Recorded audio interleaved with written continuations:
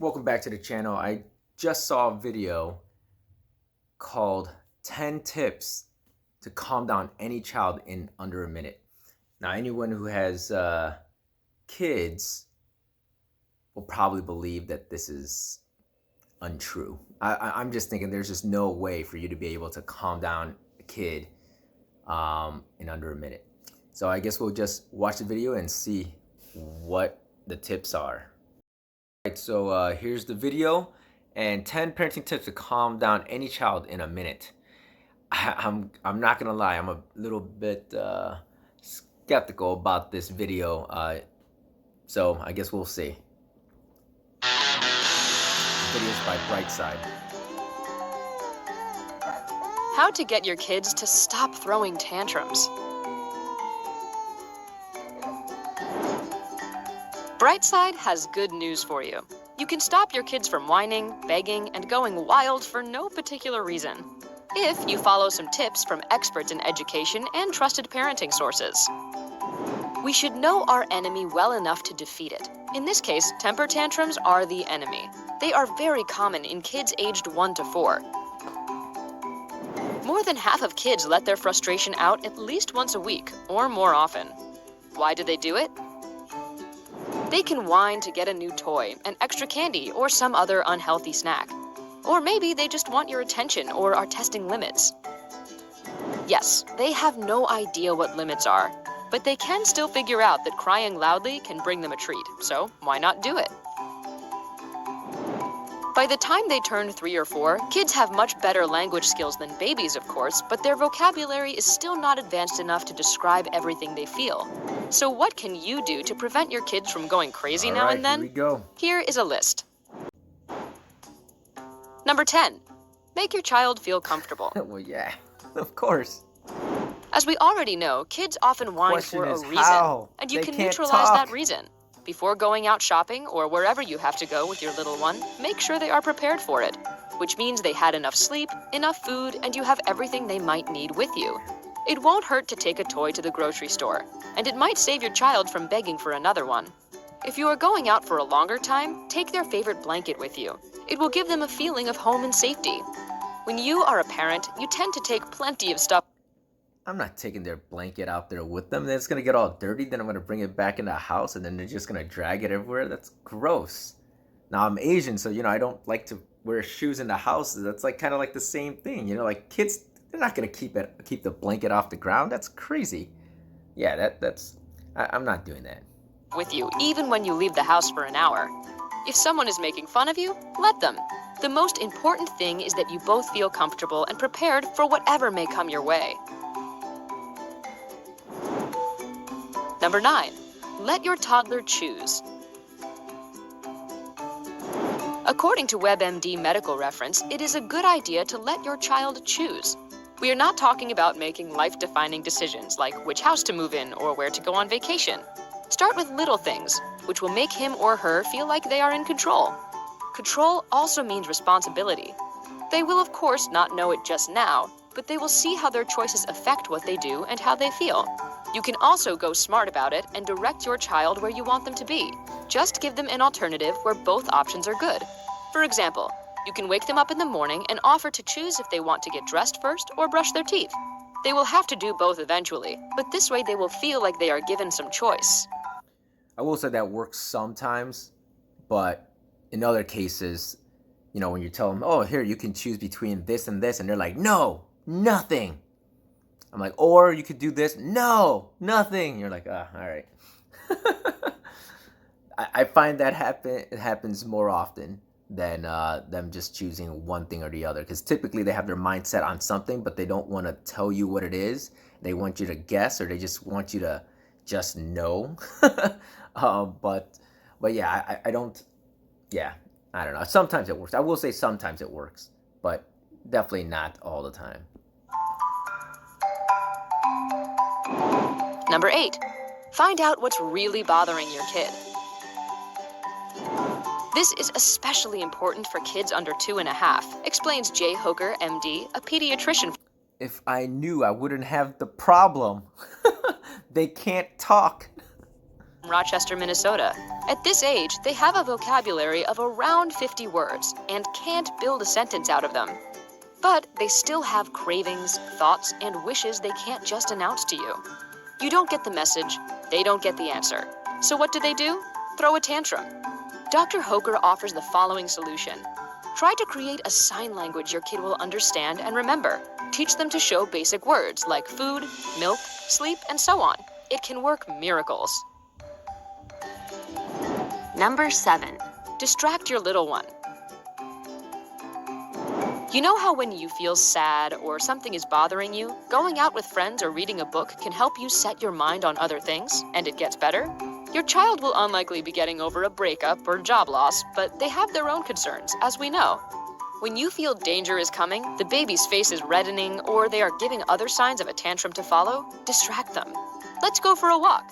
How about we read your favorite? I will say this works for younger kids, but as they get a little older, they even I would say probably around 3 or 4, they're smarter about it, and they're like, nah, I'm not falling for this. You're just trying to distract me. But I will say like around 1 or 2 that this definitely works a good portion of the time, because you just kind of switch their mind to something else where they're like, oh, now they're focusing on something else. And, they have such short attention spans that they're just like, okay, yeah, what's going on? Book. These are all great ways to divert your child's fleeting attention. Even telling a little joke or making a funny face can help, says the experts from WebMD Medical Reference. Number 6.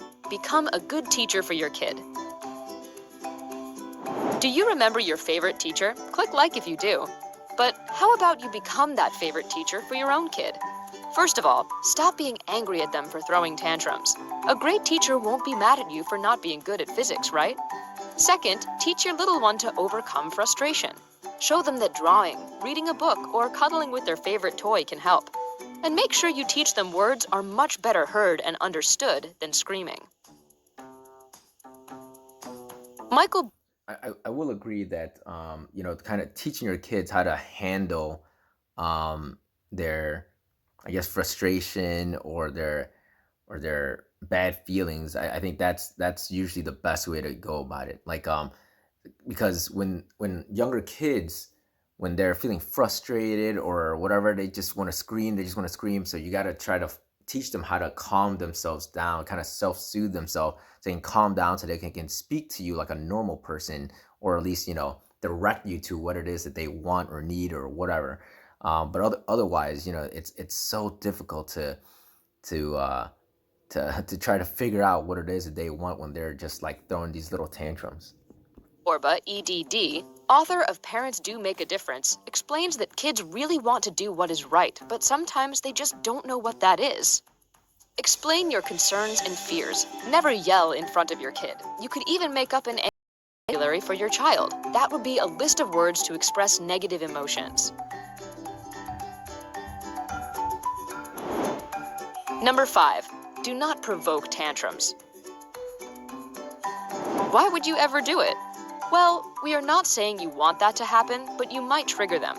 Your kid loves candy, but too much is bad for him or her? Then do not put it where they can see it. Why remind them of something you don't want them to have? Your kid doesn't like to be forcefully interrupted or feels uncomfortable about doing certain things. Give them warning before they have to do it and explain why it is necessary. The activity itself might not last long, but the tantrum and bad mood could last for hours.